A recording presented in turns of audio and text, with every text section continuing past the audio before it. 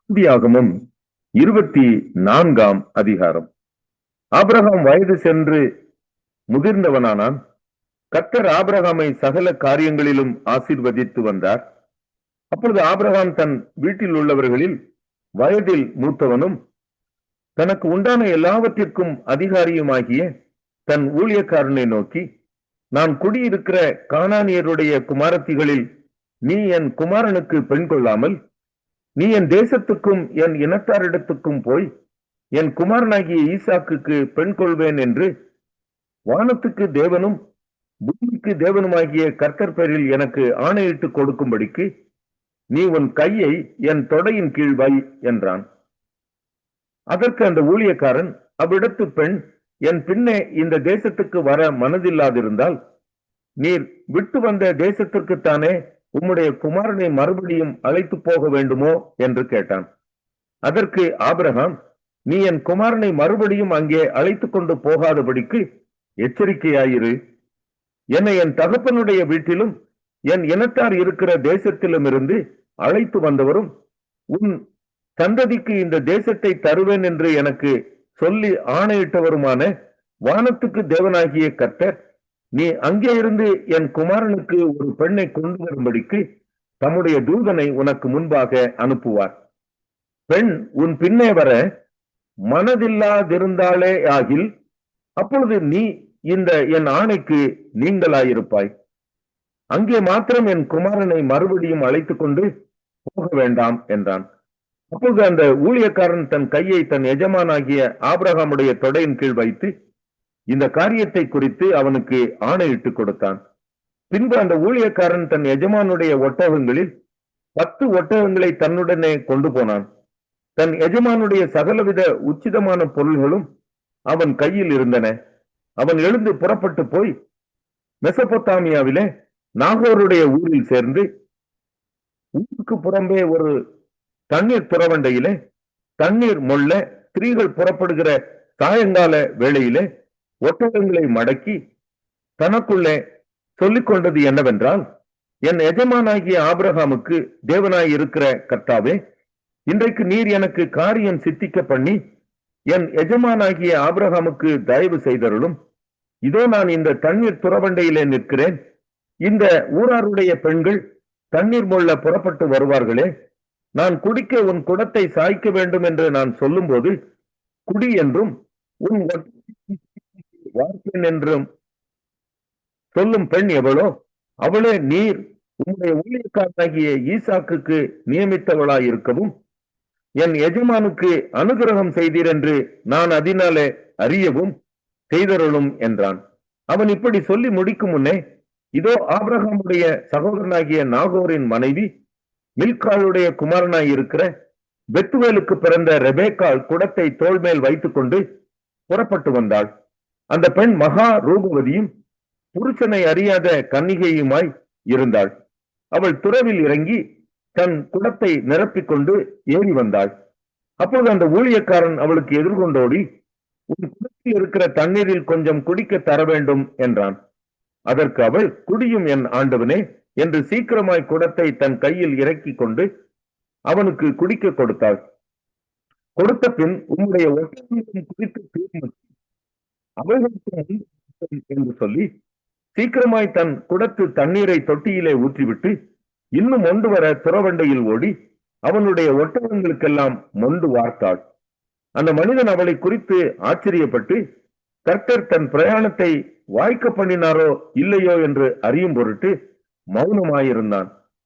ஒட்டகங்கள் குடித்து தீர்ந்த பின் அந்த மனிதன் அரை சேக்கல் எடையுள்ள பொற்காதணிகளையும் அவள் கைகளுக்கு 10 சேக்கல் எடை பொன்னுள்ள 2 கடகங்களையும் எடுத்து கொடுத்து, நீ யாருடைய மகள் எனக்கு சொல்ல வேண்டும், நாங்கள் உன் தகப்பன் வீட்டில் தங்க இடம் உண்டா என்றான். அதற்கு அவள், நான் நாகோருக்கு மில்காள் பெற்ற குமாரனாகிய பெத்துவேலின் மகள் என்று சொன்னதுமன்றி எங்களிடத்தில் வைக்கோலும் தீவனமும் வேண்டிய மட்டும் இருக்கிறது, தங்க இடமும் உண்டு என்றாள். அப்போது அந்த மனிதன் தலைகுனிந்து கர்த்தரை பணிந்து கொண்டு, என் எஜமானாகிய ஆபிரகாமின் தேவனாய் இருக்கிற கர்த்தருக்கு ஸ்தோத்திரம், அவர் தம்முடைய கிருபையையும் தம்முடைய உண்மையையும் என் எஜமானை விட்டு நீக்கவில்லை.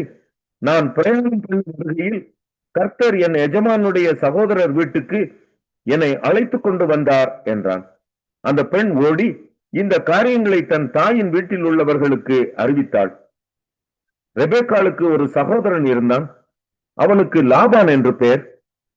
அந்த லாபான் வெளியே துறவண்டையில் இருந்த அந்த மனிதனிடத்துக்கு ஓடினான். அவன் தன் சகோதரி தரித்திருந்த அந்த காதணியையும் அவள் கைகளில் போட்டிருந்த கடகங்களையும் பார்த்து, இன்னபடி அந்த மனிதன் என்னோட பேசினான் என்று தன் சகோதரி ரெபேக்காள் சொன்ன வார்த்தைகளை கேட்ட மாத்திரத்தில் அந்த மனிதனிடத்தில் வந்தான்.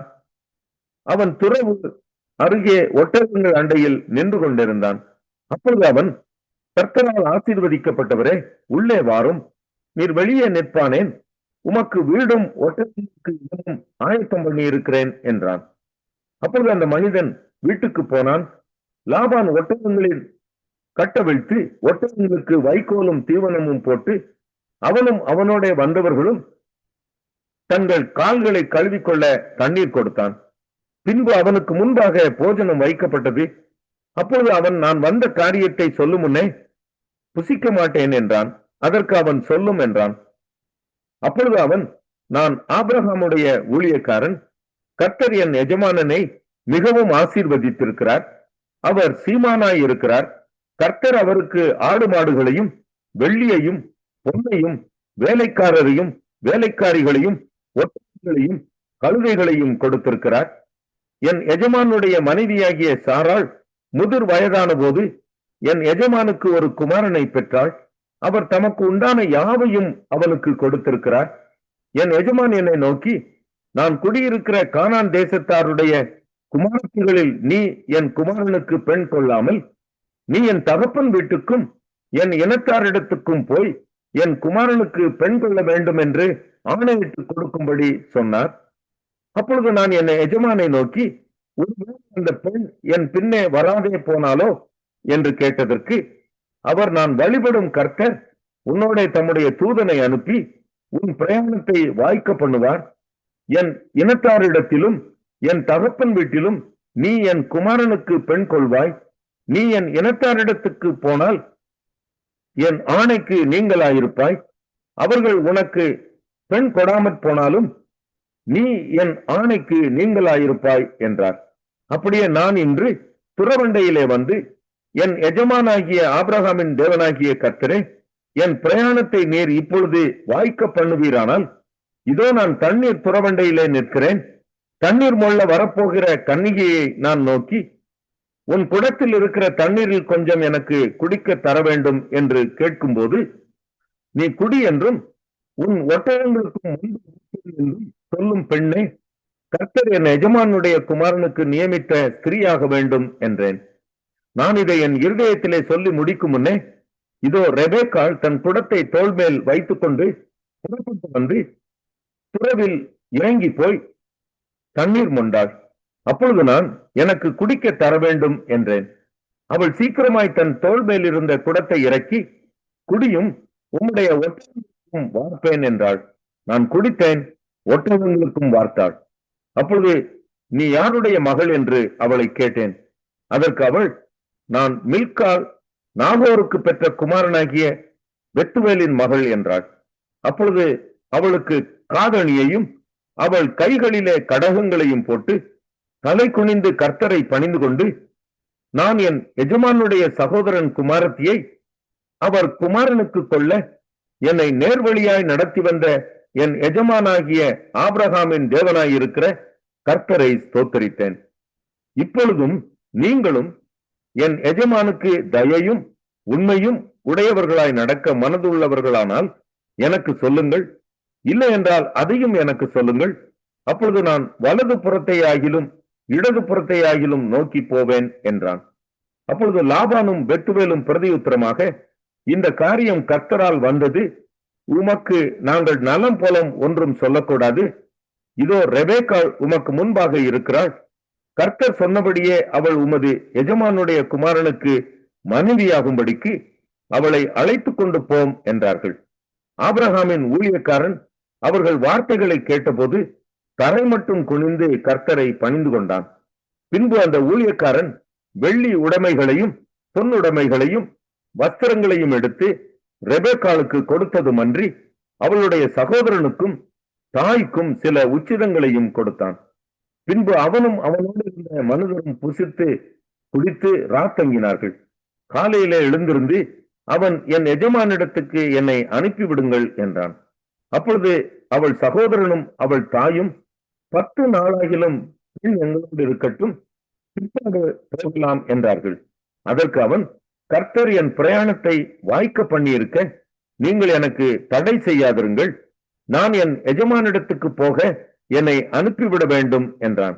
அப்பொழுது அவர்கள் பெண்ணை அழைத்து அவள் வாய்ப்பிறப்பை கேட்போம் என்று சொல்லி ரெபெக்காளை அழைத்து, நீ இந்த மனிதனோட கூட போகிறாயா என்று கேட்டார்கள். அவள் போகிறேன் என்றாள். அப்படியே அவர்கள் தங்கள் சகோதரியாகிய ரெபெக்காளையும் அவள் தாதியையும் ஆபிரகாமின் ஊழியக்காரனையும் அவன் மனிதரையும் அனுப்புவித்து ரெபெக்காளை வாழ்த்தி, எங்கள் சகோதரியே, நீ கோடா கோடியாய் பெருகுவாயாக, உன் சந்ததியார் தங்கள் பகைஞருடைய வாசல்களை சுதந்தரித்துக் கொள்வார்களாக என்று ஆசீர்வதித்தார்கள். அப்பொழுது ரெபெக்காளும் அவள் வேலைக்காரிகளும் எழுந்து ஒட்டகங்கள் மேல் ஏறி அந்த மனிதனோட கூட போனார்கள். ஊழியக்காரன் ரெபெக்காளை அழைத்து கொண்டு போனான். ஈசாக்கு தென் தேசத்தில் குடியிருந்தான். அப்பொழுது அவன் லகாய் ரோயி எனப்பட்ட துறவின் வழியாய் புறப்பட்டு வந்தான். ஈசாக்கு சாயங்கால வேளையிலே தியானம் பண்ண வெளியிலே போயிருந்து தன் கண்களை ஏறெடுத்து பார்த்தபோது ஒட்டகங்கள் வர கண்டான். ரெபெக்காளும் தன் கண்களை ஏறெடுத்து ஈசாக்கை கண்டபோது ஊழியக்காரனை நோக்கி, அங்கே வெளியிலே நமக்கு எதிராக நடந்து வருகிற அந்த மனிதன் யார் என்று கேட்டாள். அவர்தான் என் எஜமான் என்று ஊழியக்காரன் சொன்னான். அப்பொழுது அவள் ஒட்டகத்தை விட்டு இறங்கி முக்காடிட்டுக் கொண்டாள். ஊழியக்காரன் தான் செய்த சகல காரியங்களையும் ஈசாக்குக்கு விவரித்து சொன்னான். அப்பொழுது ஈசாக்கு ரெபெக்காளை தன் தாய் சாராளுடைய கூடாரத்துக்கு அழைத்து கொண்டு போய் அவளை தனக்கு மனைவியாக்கி கொண்டு அவளை நேசித்தான். ஈசாக்கு தன் தாய்க்காக கொண்டிருந்த 29ஆம் சங்கீதம். தாவீதின் சங்கீதம். பலவான்களின் புத்திரரே, கர்த்தருக்கு மகிமையையும் வல்லமையையும் செலுத்துங்கள், கர்த்தருக்கே அதை செலுத்துங்கள். கர்த்தருடைய நாமத்திற்குரிய மகிமையை அவருக்கு செலுத்துங்கள். பரிசுத்த அலங்காரத்துடனே கர்த்தரை தொழுது கொள்ளுங்கள். கர்த்தருடைய சத்தம் தண்ணீர்களின் மேல் தொனிக்கிறது. மகிமையான தேவன் முழங்குகிறார். கர்த்தர் திரளான தண்ணீர்களின் மேல் இருக்கிறார். கர்த்தருடைய சத்தம் வல்லமை உள்ளது. கர்த்தருடைய சத்தம் மகத்துவம் உள்ளது. கர்த்தருடைய சத்தம் கேதுரு மரங்களை முறிக்கிறது. கர்த்தர் லீபனோனின் கேதுரு மரங்களை முறிக்கிறார். அவைகளை கன்றுக்குட்டிகளைப் போலவும் லீபனையும் சீரியோனையும் காண்டாமிருக குட்டிகளைப் போலவும் துள்ள பண்ணுகிறார். கர்த்தருடைய சத்தம் அக்கினி ஜுவாலைகளை பிளக்கும். கர்த்தருடைய சத்தம் வனாந்திரத்தை அதிர பண்ணும். கர்த்தர் காதேஸ் வனாந்திரத்தை அதிர பண்ணுகிறார். கர்த்தருடைய சத்தம் பெண் மான்களை ஈழும்படி செய்து காடுகளை வெளியாக்கும். அவருடைய ஆலயத்திலுள்ள யாவரும் அவருடைய மகிமையை பிரஸ்தாபிக்கிறார்கள். கர்த்தர் ஜலப்பிரவாகத்தின் மேல் உட்கார்ந்திருக்கிறார். கர்த்தர் என்றென்றைக்கும் ராஜாவாக வீற்றிருக்கிறார். கர்த்தர் தமது ஜனத்துக்கு பலன் கொடுப்பார். கர்த்தர் தமது ஜனத்திற்கு சமாதானம் அருளி அவர்களை ஆசீர்வதிப்பார்.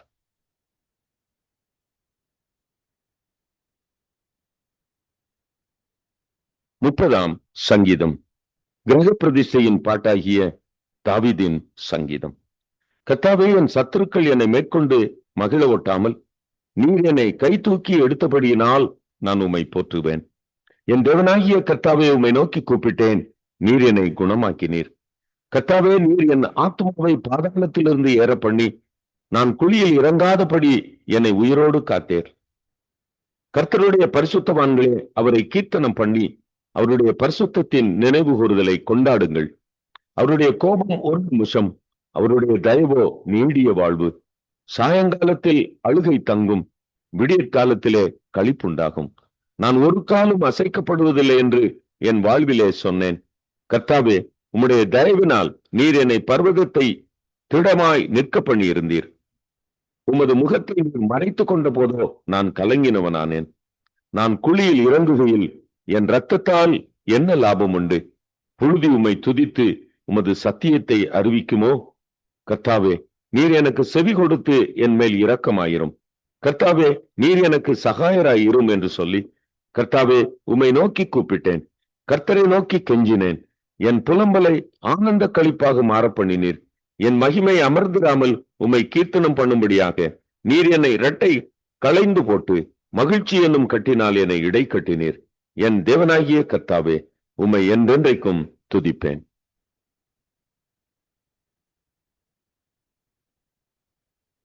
மத்தேயு 15ஆம் அதிகாரம். அப்பொழுது எருசலேமில் இருந்து வந்த வேதபாரகரும் பரிசேயரும் இயேசுவினிடத்தில் வந்து, உம்முடைய சீஷர்கள் முன்னோர்களின் பாரம்பரியத்தை ஏன் மீறி நடக்கிறார்கள்? கை கழுவாமல் போஜனம் பண்ணுகிறார்களே என்றார்கள்.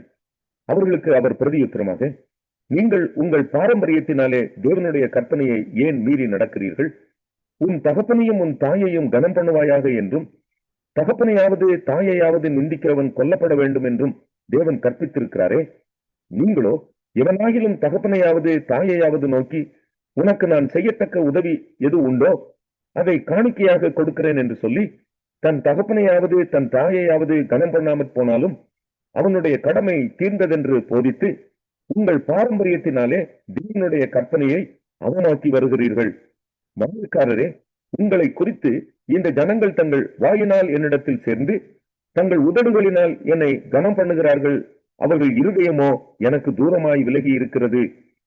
மனுஷருடைய கற்பனைகளை உபதேசங்களாய் போதித்து வீணாய் எனக்கு ஆராதனை செய்கிறார்கள் என்று ஏசாயா தீர்க்கதரிசி நன்றாய் சொல்லியிருக்கிறான் என்றார். பின்பு அவர் ஜனங்களை வரவழைத்து அவர்களை நோக்கி, நீங்கள் கேட்டு உணருங்கள். வாய்க்குள்ளே போகிறதே மனுஷனை தீட்டுப்படுத்தாதே, வாயிலிருந்து புறப்படுகிறதே மனுஷனை தீட்டுப்படுத்தும் என்றார். அப்பொழுது அவருடைய சீஷர்கள் அவரிடத்தில் வந்து, பரிசேயர் இந்த வசனத்தை கேட்டு இடரல் அடைந்தார்கள் என்று அறிவீரா என்றார்கள். அவர் பிரதியுத்தரமாக, என் பரமபிதா நடாத நாற்றெல்லாம் வேரோடே பிடுங்கப்படும், அவர்களை விட்டுவிடுங்கள். அவர்கள் குருடருக்கு வழிகாட்டுகிற குருடராய் இருக்கிறார்கள். குருடனுக்கு குருடன் வழிகாட்டினால் இருவரும் குழியிலே விழுவார்களே என்றார். அப்பொழுது பேதுரு அவரை நோக்கி, இந்த உவமையை எங்களுக்கு வெளிப்படுத்த வேண்டும் என்றான். அதற்கு இயேசு, நீங்களும் இன்னும் உணர்வில்லாதவர்களாய் இருக்கிறீர்களா? வயிற்றுக்குள்ளே போகிறதெல்லாம் வயிற்றில் சென்று ஆசன வழியாய் கழிந்து போம் என்பதை நீங்கள் இன்னும் அறியவில்லையா? வாயிலிருந்து புறப்படுகிறவைகள் இருதயத்திலிருந்து புறப்பட்டு வரும், அவைகளே மனுஷனை தீட்டுப்படுத்தும். எப்படி எனில், இருதயத்திலிருந்து பொல்லாத சிந்தனைகளும் கொலை பாதகங்களும் விபசாரங்களும் வேசித்தனங்களும் பண்புகளும் பொய் சாட்சிகளும் தூஷணங்களும் புறப்பட்டு வரும். இவைகளே மனுஷனை தீட்டுப்படுத்தும். கை கழுவாமல் சாப்பிடுகிறது மனுஷனை தீட்டுப்படுத்தாது என்றார். பின்பு இயேசு அவ்விடம் விட்டு புறப்பட்டு தீரு சீதோன் பட்டணங்களின் திசைகளுக்கு போனார். அப்பொழுது அந்த திசைகளில் குடியிருக்கிற கானானிய ஸ்திரீ ஒருத்தி அவரிடத்தில் வந்து, ஆண்டவரே, தாவீதின் குமாரனே, எனக்கு இரங்கும், என் மகள் பிசாசினால் கொடிய வேதனைப்படுகிறாள் என்று சொல்லி கூப்பிட்டாள். அவளுக்கு பிரதியுத்தரமாக அவர் ஒரு வார்த்தையும் சொல்லவில்லை. அப்பொழுது அவருடைய சீஷர்கள் வந்து, இவள் நம்மை பின்தொடர்ந்து கூப்பிடுகிறாளே, இவளை அனுப்பிவிடும் என்று அவரை வேண்டிக் கொண்டார்கள். அதற்கு அவர், காணாமற் போன ஆடுகளாகிய இஸ்ரவேல் வீட்டாரிடத்திற்கு அனுப்பப்பட்டேனே அன்றி மற்றபடி அல்ல என்றார். அவள் வந்து, ஆண்டவரே, எனக்கு உதவி செய்யும் என்று அவரை பணிந்து கொண்டாள். அவர் அவளை நோக்கி, பிள்ளைகளின் அப்பத்தை எடுத்து நாய்க்குட்டிகளுக்கு போடுகிறது நல்லதல்ல என்றார். அதற்கு அவள், மெய்தான் ஆண்டவரே, ஆகிலும் நாய்க்குட்டிகள் தங்கள் எஜமான்களின் மேஜையிலிருந்து விழும் துணிக்கைகளை தின்னுமே என்றாள். இயேசு அவளுக்கு பிரதியுத்தரமாக, ஸ்திரியே, உன் விசுவாசம் பெரிது, நீ விரும்புகிறபடி உனக்கு ஆக கடவது என்றார். அந்நேரமே அவள் மகள் ஆரோக்கியமானாள். இயேசு அவிடம் விட்டு புறப்பட்டு கலிலேயா கடல் அருகே வந்து ஒரு மலையின் மேல் ஏறி அங்கே உட்கார்ந்தார். அப்பொழுது சப்பானிகள், குருடர், ஊமையர், ஊனர் முதலிய அநேகரை திரளான ஜனங்கள் கூட்டிக் கொண்டு இயேசுவினிடத்தில் வந்து அவர்களை அவர் பாதத்திலே வைத்தார்கள். அவர்களை அவர் சொஸ்தப்படுத்தினார். ஊமையர் பேசுகிறதையும் ஊனர் சொஸ்தமடைகிறதையும் சப்பானிகள் நடக்கிறதையும் குருடர் பார்க்கிறதையும் ஜனங்கள் கண்டு ஆச்சரியப்பட்டு இஸ்ரவேலின் தேவனை மகிமைப்படுத்தினார்கள். பின்பு இயேசு தம்முடைய சீஷர்களை அழைத்து, ஜனங்களுக்காக பரிதவிக்கிறேன். இவர்கள் என்னிடத்தில் 3 நாள் தங்கியிருந்து சாப்பிட ஒன்றுமில்லாது இருக்கிறார்கள். இவர்களை பட்டினியாய் அனுப்பிவிட எனக்கு மனதில்லை, வழியில் சோர்ந்து போவார்களே என்றார். அதற்கு அவருடைய சீஷர்கள், இவ்வளவு திரளான ஜனங்களுக்கு திருப்தி உண்டாகும்படி வேண்டிய அப்பங்கள் இந்த வனாந்தரத்திலே நமக்கு எப்படி அகப்படும் என்றார்கள்.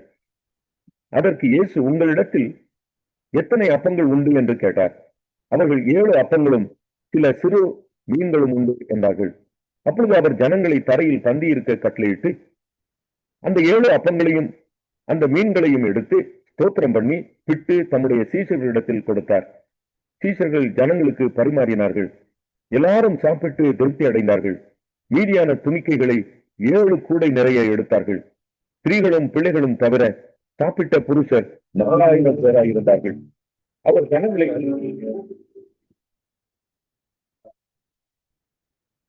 இன்றைய நாளிலும் 12ஆம் தேதி 1வது மாசம் 2026ஆம் ஆண்டு திங்கட்கிழமை இந்த காலை வேளையிலும் ஆண்டவராகிய இயேசு கிறிஸ்துவின் நாமத்தில் இந்த நாளிலும் உங்களை நான் வாழ்த்துகிறேன். இந்த நாளிலும் வேத தியானத்துக்கு எடுத்துக்கொண்ட பகுதி எரேமியாவின் தீர்க்க தரிசன புஸ்தகம் 31வது அதிகாரம் 13வது வசனத்தை வாசிக்க கேட்போமாயிருந்தால், கர்த்தருடைய வார்த்தை சொல்லுகிறது, அப்பொழுது கன்னியர்களும் வாலிபரும் முதியோரும் கூட ஆனந்த களிப்பாய் மகிழ்வார்கள். நான் அவர்கள் துக்கத்தை சந்தோஷமாக மாற்றி அவர்களை தேற்றி அவர்கள் சஞ்சலம் நீங்க அவர்களை சந்தோஷப்படுத்துவேன் என்று கர்த்தருடைய வார்த்தை இந்த நாட்களிலே சொல்லுகிறதை பார்க்கிறோம்.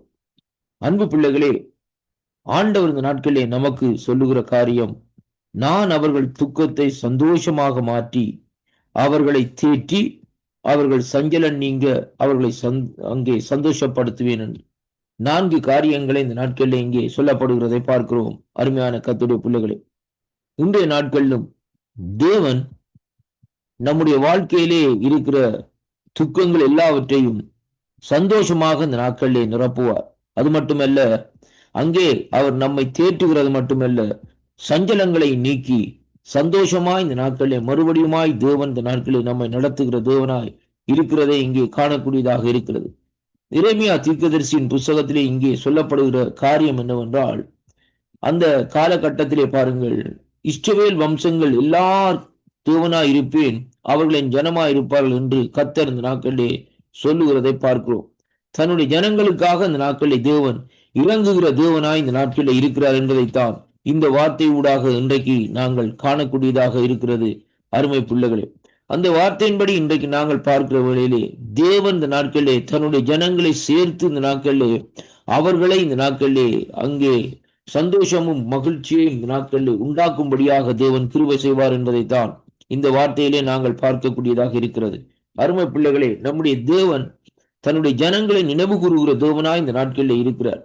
அவரை இந்த நாட்களிலே தேடி நாங்கள் அவரை கூப்பிடுகிற வேளையிலே தேவன் நம்முடைய வாழ்க்கையிலே ஒரு திருப்பத்தையும் ஒரு மகிழ்ச்சியையும் சந்தோஷத்தையும் இந்த நாட்களிலே தேவன் தருகிற தேவனாய் இருப்பதற்காக நாங்கள் தேவனை ஸ்தோத்தரிக்க வேண்டும்.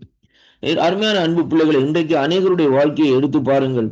ஆண்டவருடைய பிள்ளைகள் இந்த நாட்களிலே துக்கத்தினாலும் சந்தோஷமற்றவர்களாயும் இந்த நாட்களிலே சஞ்சலத்தோடும் இந்த நாட்களில் அவர்கள் அலைந்து திரிகிறதை பார்க்கிறோம். அருமையான அன்பு பிள்ளைகளே, ஆனாலும் கர்த்தர் இந்த நாட்களிலே நமக்கு சொல்லுகிறார், இந்த நாட்களிலே என்னுடைய நேரங்கள் என்னுடைய காலங்கள் இந்த நாட்களிலே வருகிற வேளையிலே என்னுடைய ஜனங்கள் என் பக்கமா இந்த நாட்களிலே திரும்புகிற வேளையிலே அவர்கள் என்னை நோக்கி பார்க்கிற வேளையிலேயே அப்பொழுது நான் அவர்களை மகிழ்ச்சியினாலே நிரப்புறது மட்டுமல்ல, அவருடைய துக்கம் சந்தோஷங்களை இந்த நாட்களிலே மாற்றி அவர்களை தேற்றுவேன், சஞ்சலங்களை அவர்களை தவித்து இந்த நாட்களிலே சந்தோஷப்படுத்துவேன் என்று கர்த்தர் இந்த நாட்களிலே நமக்கு உரைக்கிறதை இன்றைக்கு நாங்கள் பார்க்கிறோம். அதனாலே கர்த்தருடைய பிள்ளைகளே, இந்த நாளிலும் நாங்கள் இந்த நாட்களிலே ஆண்டவருடைய சமூகத்திலே இந்த நாட்களிலே அவரை தேடி நாடுகிற வேளையிலே தான் நம்முடைய துக்கங்கள் எல்லாம் இந்த நாட்களிலே சந்தோஷமாய் இந்த நாட்களிலே மாறும் என்பதை இந்த வார்த்தை ஊடாக இன்றைக்கு நாங்கள் அறிந்து கொள்ளக்கூடியதாக இருக்கிறது. சில வேளைகளில் நாங்கள் நம்முடைய துக்கத்தின் நிமித்தம் நாங்களே அழுது கொண்டே இந்த நாட்களிலே இருப்போம்.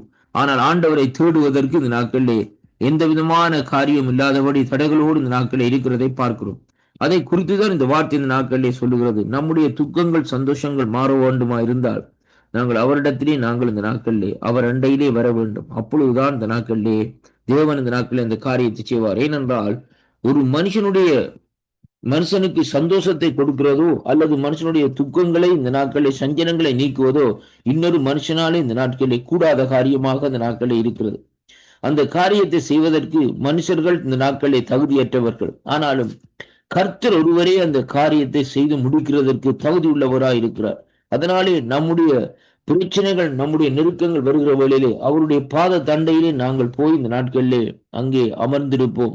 அப்பொழுது தேவன் தேவைகளை சந்தித்து இந்த நாட்களிலே நம்மை சந்தோஷத்தினால் இந்த நாட்களிலே நிரப்புகிறது மட்டுமல்ல, அவர் இந்த நாட்களிலே நம்முடைய குறைவுகள் எல்லாவற்றையும் இந்த நாட்களிலே நீக்கி இந்த நாட்களிலே நடத்த தேவன் வல்லவராயிருக்கிறார்.